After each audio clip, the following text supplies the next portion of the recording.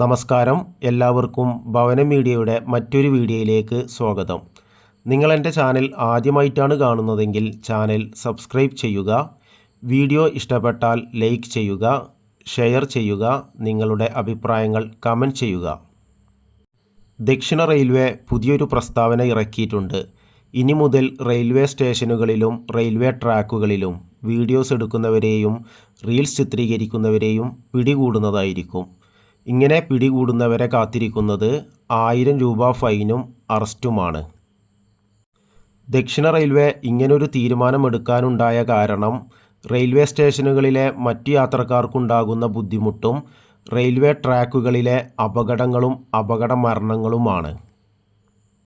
ആയതിനാൽ ഇനി മുതൽ റെയിൽവേ സ്റ്റേഷനുകളിൽ വീഡിയോ എടുക്കുന്നവരും റീൽസ് ചിത്രീകരിക്കുന്നവരും ജാഗ്രത പാലിക്കുക.